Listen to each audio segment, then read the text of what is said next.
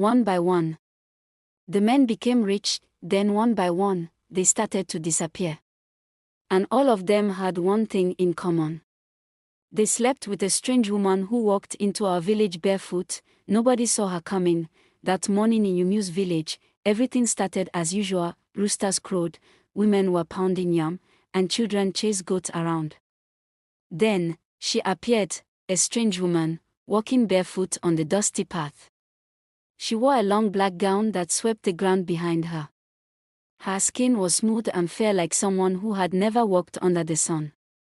But it was her eyes. Her eyes looked deep, like they had seen many lifetimes. Nobody knew her name, they just called her Noma, the beautiful woman. She didn't talk much. She didn't greet anyone. She just walked quietly to the old, abandoned compound near the palm grove. That place had been empty for years. Snakes and grass had taken over. But within days, the compound changed. Flowers started growing around her hut. Birds gathered every morning to sing like they were praising her. Her compound smelled sweet, like fresh rain and garden herbs. People started watching her from a distance. Children stopped playing near her house. Women gossiped while fetching water. Men stared quietly, unsure of what to make of her. Then strange things began to happen. One by one, the poorest men in the village went to visit her. Some said they went to greet her. Others claimed they were checking if she needed anything. But after visiting her, something strange happened. They all became rich. Kolechi, the palm wine tapper that used to drink more than he worked, suddenly built a 2-story house and installed a solar panel. Okonkwo, the tired bricklayer, stopped carrying blocks and started driving a white Benz with tinted windows. Baba Onu, who couldn't pay bride price for over 10 years, suddenly married a city babe with fake lashes and Bond Street wig. People were confused. Whispers started, then someone finally said it all. Them say not that woman. Not that woman, they give them money after they sleep with am.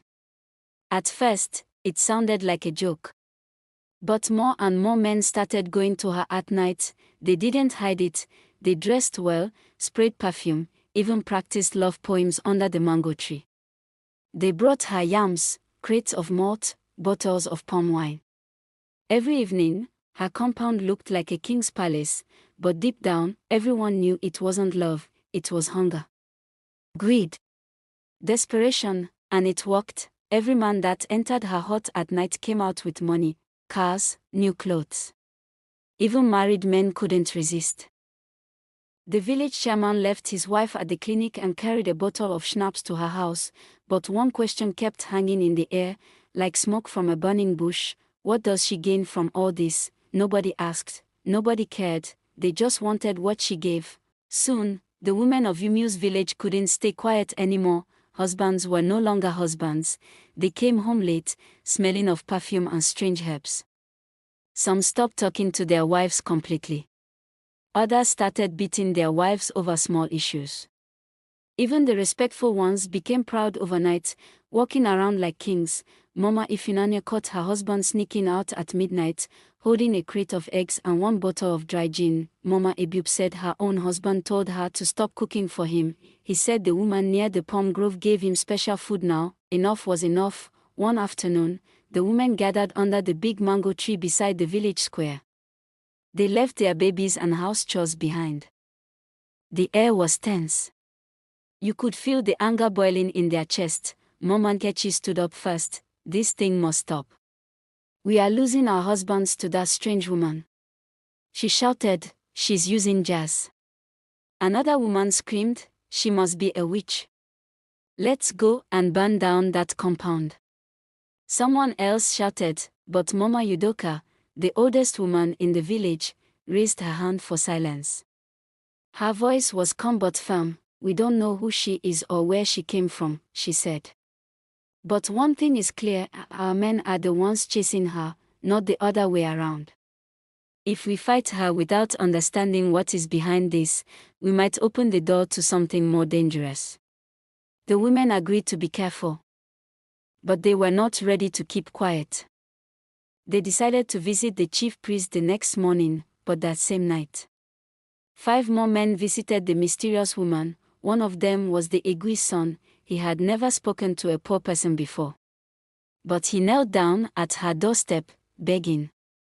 By morning, he was seen driving a red sports car, spraying money at the market square. The women wept, some cried inside their rooms. Others cried while cooking. A few packed their things and went to their parents' houses, tired of competing with a woman they didn't understand. Children noticed the silence at home. The village grew colder, like something sacred had been broken.